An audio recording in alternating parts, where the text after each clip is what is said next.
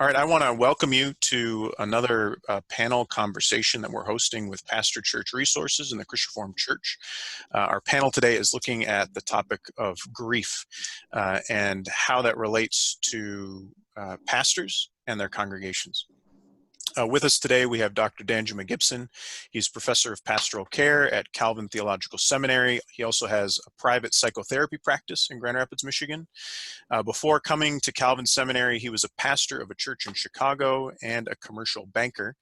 And his most recent book is Frederick Douglass, a Psychobiography. We're also pleased to have Marc Nelesen with us today.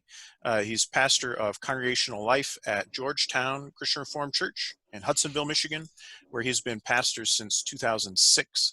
He also serves as a regional pastor, which in our polity is basically like a pastor to pastors in his West Michigan classes. And I'm going to jump right in. So I invited you guys here because between COVID and now Black Lives Matter, there is, from what I can see, a huge amount of widespread disappointment, loss, and grief that is right up on the surface in our society. And I think in response, many pastors are tempted right now to be their community's kind of resident problem solver. We're going to figure out solutions. We're going to adapt old programs. We're going to invent new ones. We're going to preach this really timely sermon series, right? We're going to do the things that pastors do. And I invited you both here today because I had a sense that there is a danger in jumping too quickly to problem-solving mode, and that there's an intermediate step related to grief work that I wanted you to speak to. And so my question is, what is the danger to a pastor, to his or her church and community? Like, what's the danger in skipping grief work and jumping to problem solving? And I want to start with you, Dr. Gibson. Sure. Thank you again to you both for having me on and joining in this conversation. What's the danger to skipping grief work? You simply don't heal.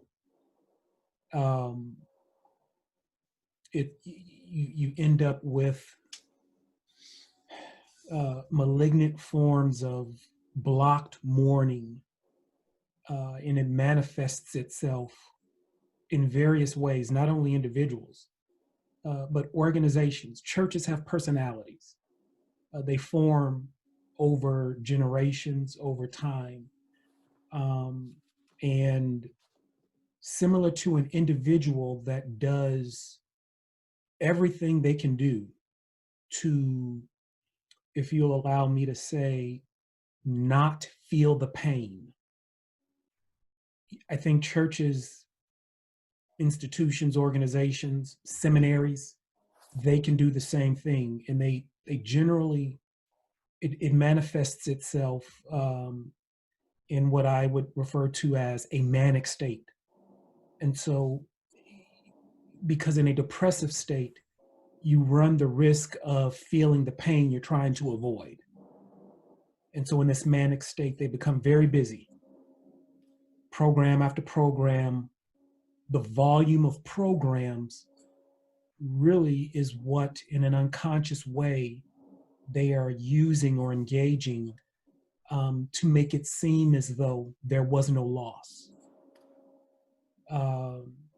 And you simply can't be well. But more than that, if you follow through with the grief process, both psychologically, and also, religiously, theologically, how you want to look at it. Sometimes I'll tell my students, grief is sort of the preservative that keeps us human in the face of loss.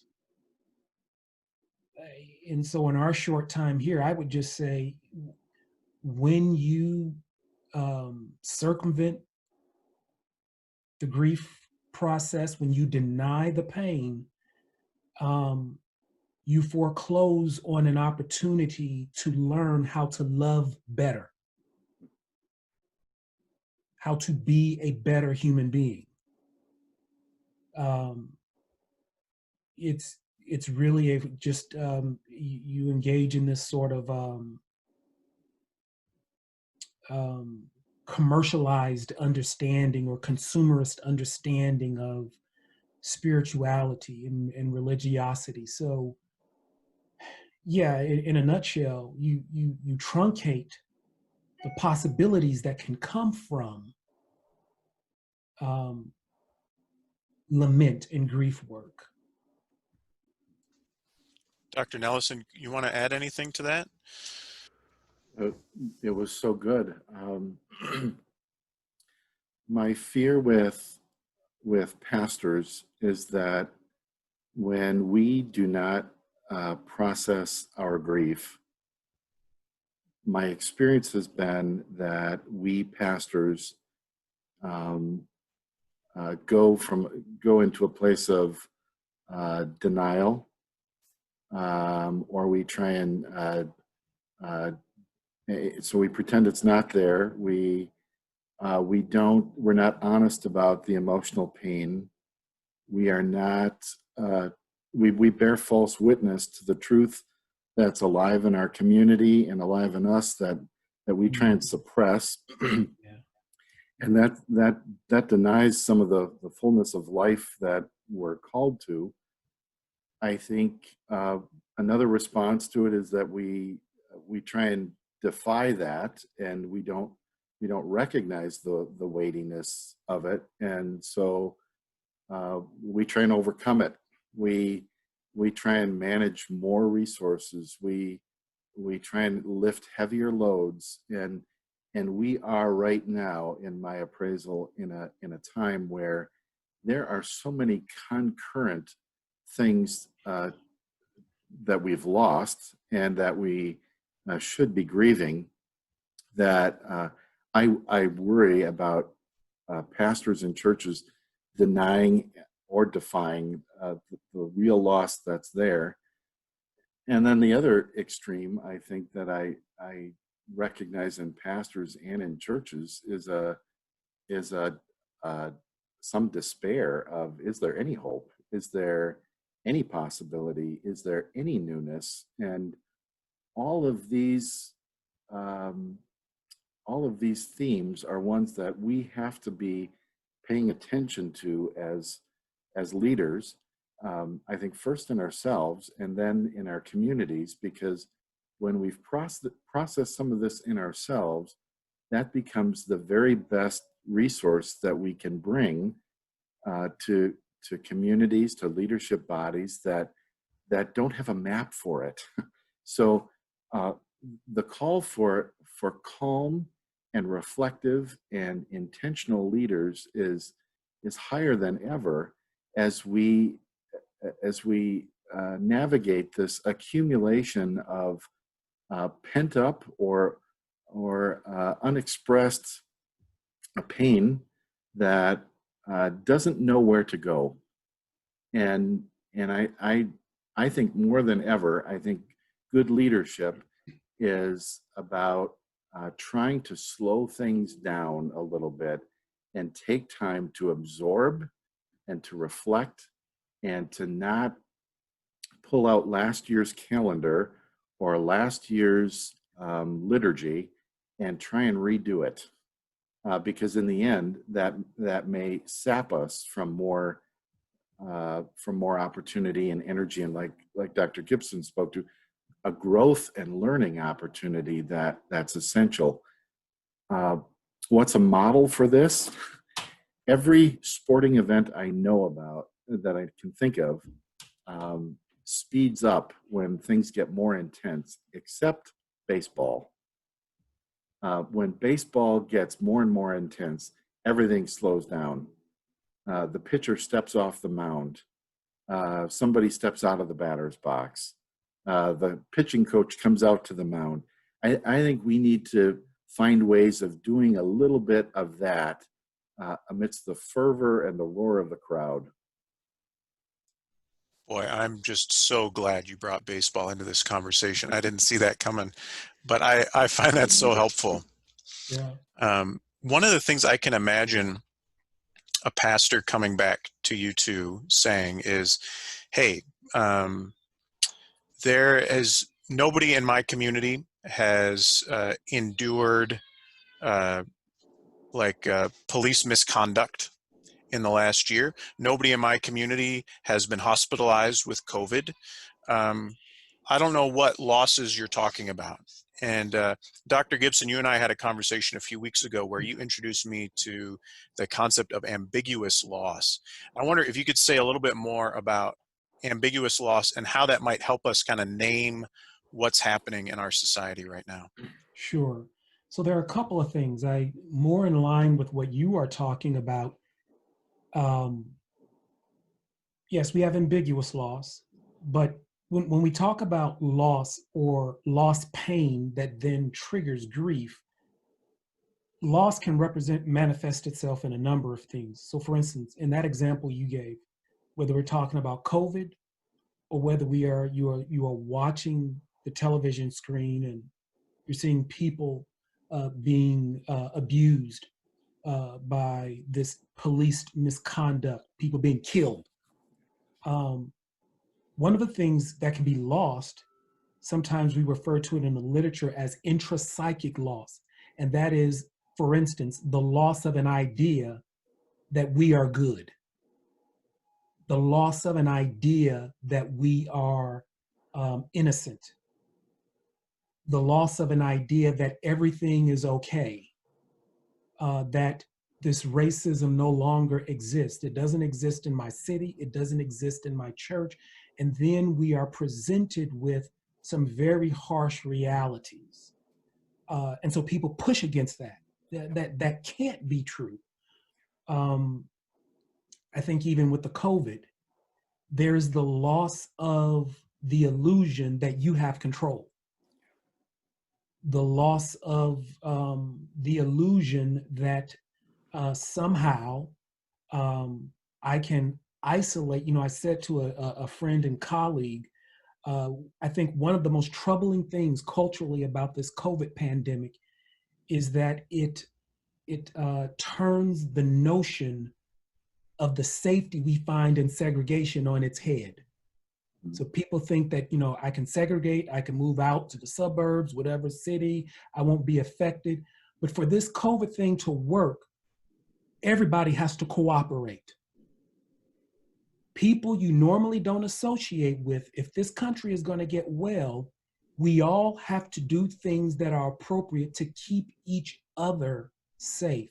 And so this sense of vulnerability, I don't want to come in contact with. So you have, whether it's this sort of intrapsychic loss, we define loss, sometimes a role loss. I think pastors are suffering from this now. If I am not the pastor that's solving things in people's lives right now, then who am I? I feel impotent because I can't stop the pain. And so there's a loss with that identity. As Pastor Marc was talking, and I'm dating myself here, but I'll date you guys along with me, in the Superman from the late 1970s, and I'll share this with my students sometimes, with Christopher Reeve, the very first time that he shows himself or reveals that he's Superman. I think that's like, pastors we've gotten accustomed to, where Lois Lane is about to fall off the skyscraper, the helicopter's falling off. And so he goes in his booth, that's pastors on Sunday morning. He opens his shirt, there's that big S.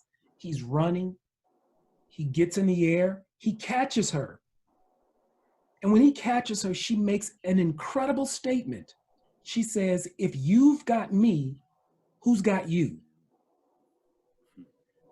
Pastors are so accustomed to having their congregation, but the question is, who has them?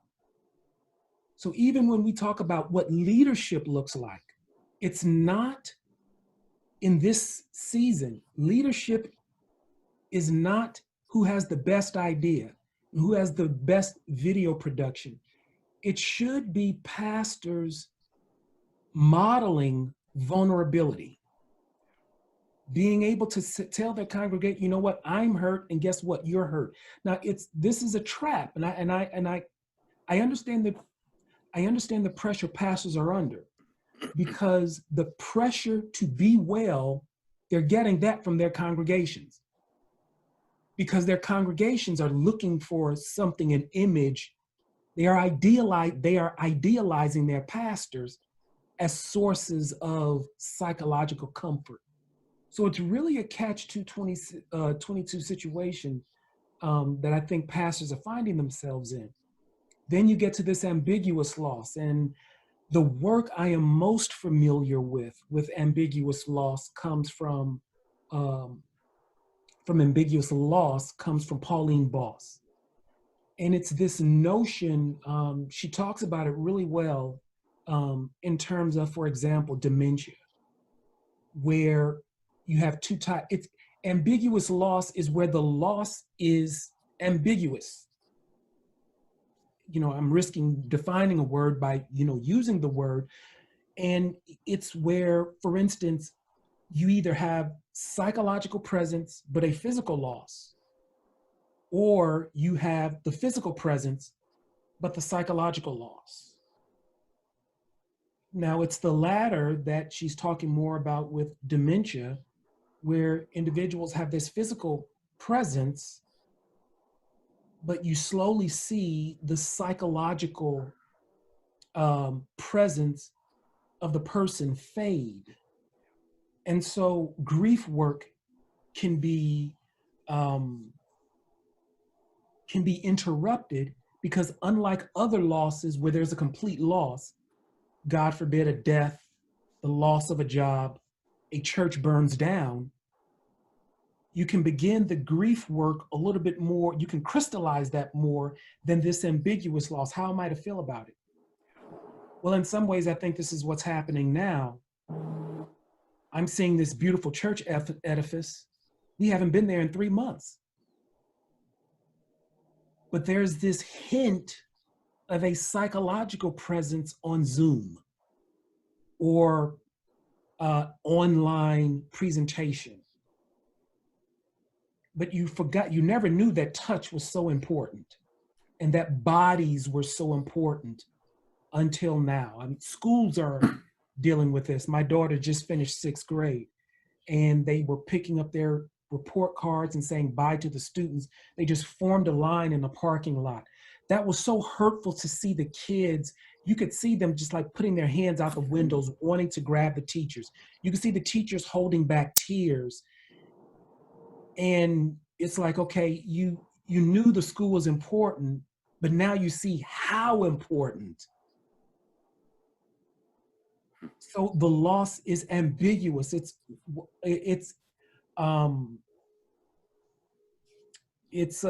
like a fog. You can't grasp it. You can't really crystallize it. And Paul, but then she goes on in her work. She uses other examples as well, cultural events, things of that nature, to talk about this kind of loss. And I think it can be applicable in our situation today. Yeah, thank you. I find that so helpful. Even just what you're providing is a more nuanced view of the losses and then how those can precipitate grief. Mm-hmm. And I think if we're thinking narrowly of loss as a discrete, like I lost my job or I lost a loved one, we're going to miss a lot of the griefs that we're experiencing right now. And so even just you providing some names for those different categories of loss, I find really helpful. Dr. Nelesen, I wonder if there's anything you would add to that great answer. It was a great response. Thank you, Dr. Gibson. I would add to it. I loved your Superman analogy, and I think pastors sometimes are our own kryptonite. When we go into that mode of needing to be the answer man or woman, needing to be the problem solver, we play into that dance that takes place between pastor and congregation. And the vulnerable way of saying, I'm not sure, I don't know, or I'm hurting too, I think is the right path. And all three of us and anyone who might be watching this can also imagine the sense of danger that is going to overwhelm a pastor rather quickly. I think ambiguous loss is great vocabulary for the time we're in, because there is, like the dementia patient, well, she's here, but she's not really here. There's this foggy in-between space that we find ourselves in, and you work into that the dynamics that are in play in us and socially around, well, we just want to go back. We just want it to be normal again. All of that, I think, gets in the way and puts up some defenses around the hard stuff. And I think our congregations as bodies, I think as human beings, as a community, we have our defenses, and we have to be asking ourselves, so what is it that I'm resisting? What is it that's causing this kind of response in me? And human beings and church people don't naturally do that unless that's modeled for them, unless they've seen it done. And I'm reminded too, it's Elizabeth Kubler-Ross who speaks about, we cannot grieve alone. And so while we've all experienced multiple losses in the world that we are finding ourselves in, we cannot go through that. We cannot complete it. We cannot pass through it without some kind of external affirmation or acknowledgement that that's what's happening. And I don't think that pastors can acknowledge that reality enough. And even in our online praying or our sermons or our liturgy or whatever interactions we have, I think we have to find ways of naming the elephant in the room, because when we do, naming it tames it. It makes it less ferocious. It gives someone else permission to say, oh, you feel that way? I guess I've been feeling that way too. No, prior to that, maybe nobody's given someone permission. And that's where pastors and other leaders, I think, have a profound role to model the way a little bit. And short of that, there's going to be a lot of disenfranchised grief. There's going to be a lot of grief that just goes underneath, subterranean, and just like when you and I, none of us would do this, but just like when you and I bury that 55-gallon of toxic waste in our backyard, it may not show up in 6 months, but 2 years from now, the grass is going to be dead and the water tastes funny. And I think human beings work that way too. Yeah. Can I just add something Please. to that?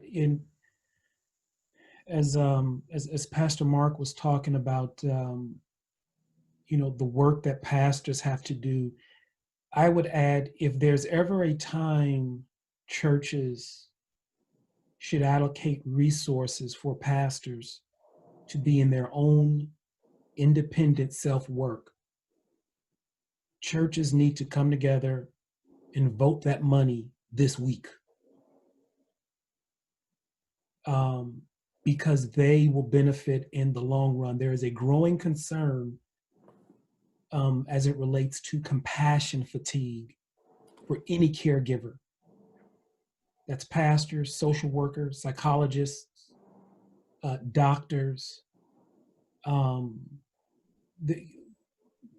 I differentiate the two, burnout and compassion fatigue.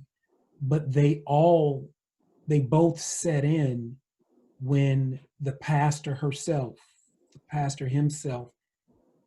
has not been able to engage the realities of their own pain, their own fears. And I had another point, but I forgot. So yeah.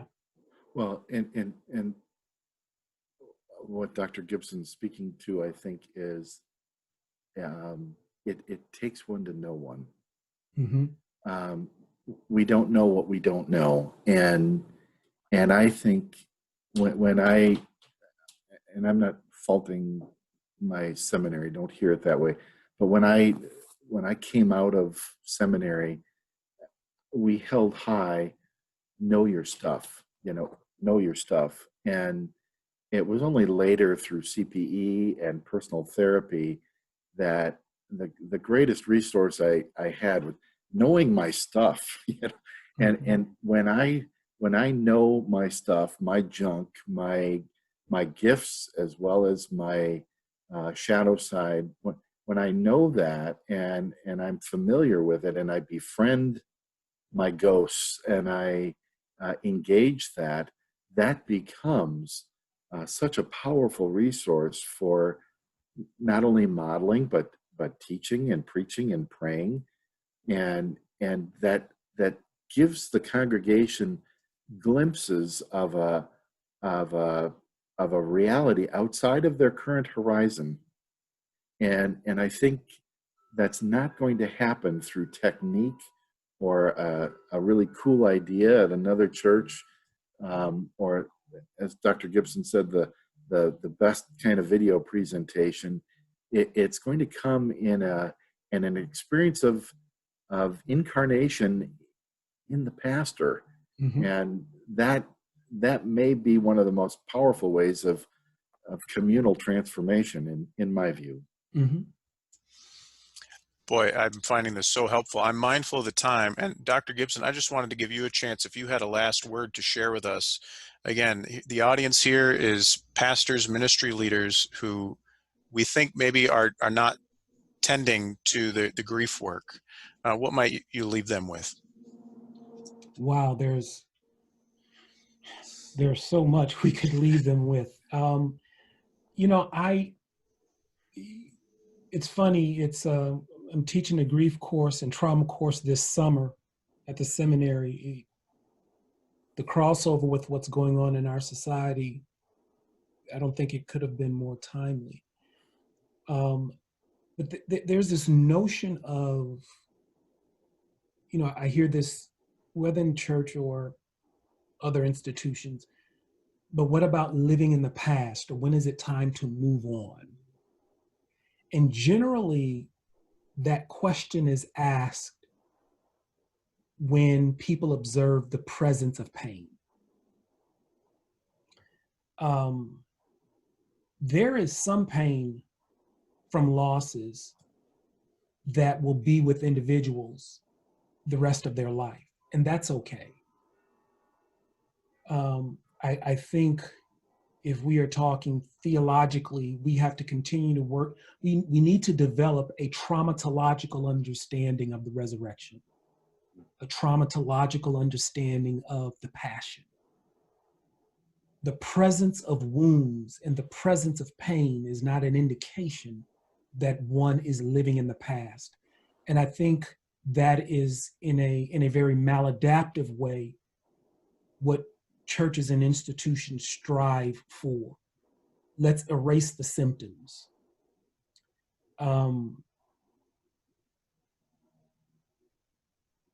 Christ could have come back in any form. And what I mean by that is he didn't have to have the wounds.